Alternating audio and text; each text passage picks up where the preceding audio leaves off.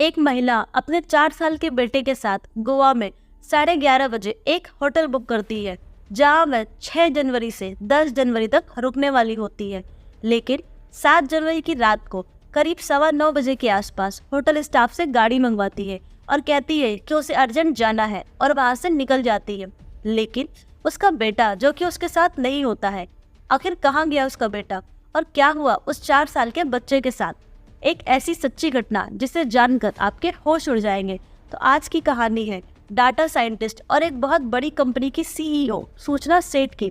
आखिर उस बच्चे के साथ क्या हुआ होगा, जानने के लिए शुरू करते हैं कहानी एकदम शुरू से।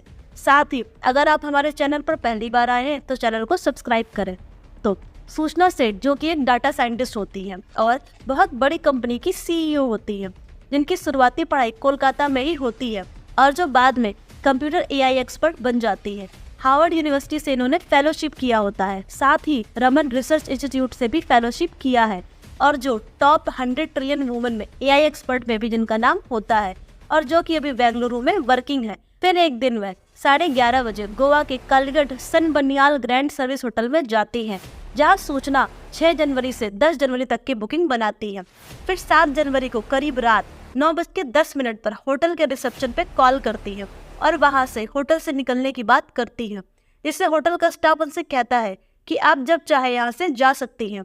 जिस पर गोवा से बेंगलुरु टैक्सी जाने के बाद वह रिसेप्शन पर कहती है, जिस पर होटल का स्टाफ उन्हें बताता है कि टैक्सी बहुत ज़्यादा महंगी पड़ेगी, इसमें बहुत ज़्यादा टाइम भी लगेगा और आप इतनी दूरी कोई भी टैक्सी वाला शायद ना जाए। होटल का स्टाफ सूचना को फ्लाइट से जाने के लिए सजेस्ट करता है, लेकिन सूचना नहीं मानती है। वह टैक्सी से ही जाने की बात कहती है, जिस पर होटल का स्टाफ कई टैक्सी ड्राइवर से कांटेक्ट करता है, जिसमें कई ड्राइवर तो इतनी दूरी पर जाने के लिए ही मना कर देते हैं। लेकिन बाद में जॉन डिसूजा नाम का ड्राइवर जाने के लिए तैयार हो जाता है और वह 30,000 रुपये किराया बताता है। अब करीब रात के 1 बजे वह अपनी गाड़ी इनोवा लेकर होटल के सामने आता है और फिर सूचना अपना लगेज लेकर होटल से चेकआउट करती है और वहां से निकल जाती है, जो कि एक बहुत ही सामान्य सी घटना है। इसके बाद होटल लाइन में जब भी कोई गेस्ट रूम खाली करता है तो होटल का स्टाफ उस रूम की साफ सफाई करता है, जिससे कि अगला गेस्ट आकर वहां रह सके। जब सूचना चली जाती है और सूचना के रूम में एक स्टाफ सफाई करने के लिए जाता है तो वहां फर्श पर कुछ लाल धब्बे देखने को मिलते हैं, जिसे देखकर वह होटल मैनेजर को बुलाता है और फिर मैनेजर भी जाकर रूम को देखता है और तुरंत ही गोवा पुलिस को इन्फॉर्म करता है। पुलिस भी अपनी टीम के साथ तुरंत होटल पहुंच जाती है, जहां वह पूरे रूम का इंस्पेक्शन करती है।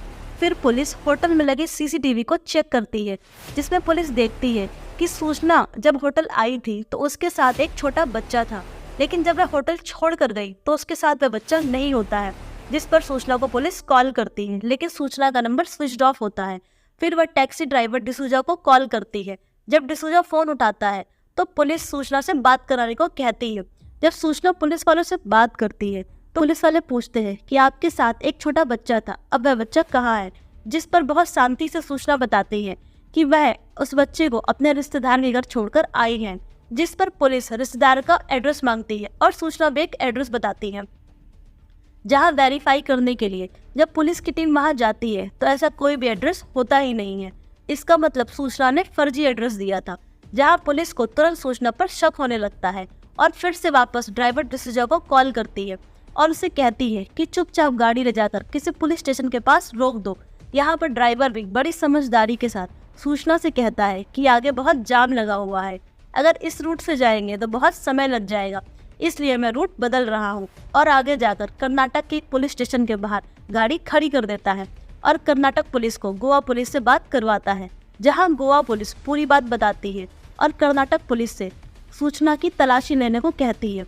और कर्नाटक पुलिस ने जब जाकर सूचना का लगेज चेक किया, जब वह बैग खोलती है तो ऊपर कुछ कपड़े होते हैं, नीचे कुछ खिलौने होते हैं और जब पुलिस खिलौने हटाती है तो वह देखकर दंग रह जाती है, क्योंकि उस सूटकेस के अंदर ही एक छोटे बच्चे का शव होता है। जब कर्नाटक पुलिस सूचना से पूछती है कि यह बच्चा कहाँ से आया है तो सूचना कहती है कि यह बेटा मेरा है, लेकिन मुझे नहीं पता कि यह कैसे मर गया। इसके बाद तुरंत गोवा पुलिस जाकर सूचना को कस्टडी में ले लेती है और पूछताछ करती है, जहाँ बार बार पुलिस सख्ती से सूचना से पूछताछ करती है और सूचना बस एक ही बयान देती है कि मेरा बेटा मेरे साथ था, फिर मैं सो गई और जब जागी तो वह मर चुका था, मुझे नहीं पता कि इस बच्चे को किसने मारा है।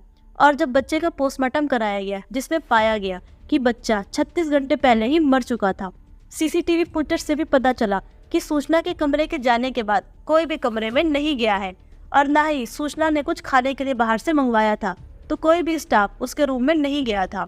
वहीं गोवा पुलिस बार बार लगभग 10 से 12 दिनों तक सूचना से पूछताछ करती रही, लेकिन सूचना अपने बयान पर टिकी रही कि उसने अपने बेटे को नहीं मारा है। वह अपने बेटे को साथ इसलिए ले जा रही थी ताकि वह अपने बेटे के साथ हमेशा रह सके।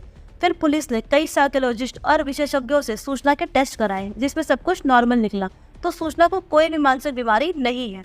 वहीं जब सूचना का बैकग्राउंड देखा गया तो सूचना का पति वेंकट रमन, जो कि केरल में रहने वाला था, जब सूचना और वेंकट जॉब करते थे तो वे दोनों मिले थे और 2010 में दोनों की शादी हो गई थी। इसके बाद उन्हें एक बेटा हुआ था। बेटा होने के बाद उनका रिश्ता बिगड़ने लगा और बात डिवोर्स तक पहुंच गई। 2023 में दोनों का डिवोर्स होने वाला था, लेकिन बेटे की कस्टडी को लेकर अभी पूरा डिवोर्स नहीं हुआ था। जहां वेंकट को हर संडे कोर्ट से अपने बेटे से मिलने की अनुमति थी और वेंकट को महीने का 20,000 रुपए गुजारा भत्ता सूचना को देना होता था। वहीं वेंकट से जब पूछताछ की गई तब वेंकट ने बताया कि आखिरी बार 10 दिसंबर 2023 को वेंकट अपने बेटे से मिला था। उसके बाद वह अपने बेटे से नहीं मिल पाया क्योंकि हर बार कोई न कोई बहाना बनाकर सूचना कहीं बाहर चली जाती थी। इसके बाद 6 दिसंबर को सूचना ने अपने पति को टेक्स्ट मैसेज किया कि वह जल्दी ही अपने बेटे से मिल सकता है, लेकिन अफसोस रमन कभी भी अब अपने बेटे से नहीं मिल पाएगा। वहीं मार्च 2024 में सूचना के पिता जय सेठ ने कोर्ट में अपील की कि उसकी बेटी मानसिक रूप से बीमार है तो पहले उसका इलाज कराया जाए, लेकिन सूचना का व्यवहार हमेशा से ही अजीब रहा है। इतना कुछ होने के बाद भी वह हमेशा बहुत शांत रहती थी, जैसे कि कुछ हुआ ही नहीं। वहीं कई लोगों का ऐसा कहना है कि सूचना बहुत पढ़ी लिखी और इंटेलिजेंट वुमन है, जिसको पता है कि किसी भी टेस्ट से कैसे बचना है, क्योंकि अगर वह मानसिक रूप से बीमार पाई जाएगी तो उसे इस अपराध के लिए कोई भी सजा नहीं मिलेगी या फिर बहुत छोटी सजा मिलेगी। शायद इसीलिए वह इतनी सामान्य है, तो भी वर्तमान में सूचना पुलिस रिमांड की कस्टडी पर है। तो दोस्तों, यह सच्ची घटना पर आपका क्या कहना है? आपके अनुसार क्या सच में सूचना मानसिक रूप से बीमार है या फिर वह अपने आप को बचाने का प्रयास कर रही है? अपनी राय हमें कमेंट बॉक्स में बताएं। साथ ही अगर आपको हमारा काम पसंद आया हो तो वीडियो को लाइक करें और अधिक से अधिक शेयर करें। जल्द मिलेंगे एक और नई सच्ची घटना के साथ। तब तक अपना ध्यान रखें। जय हिंद, जय भारत।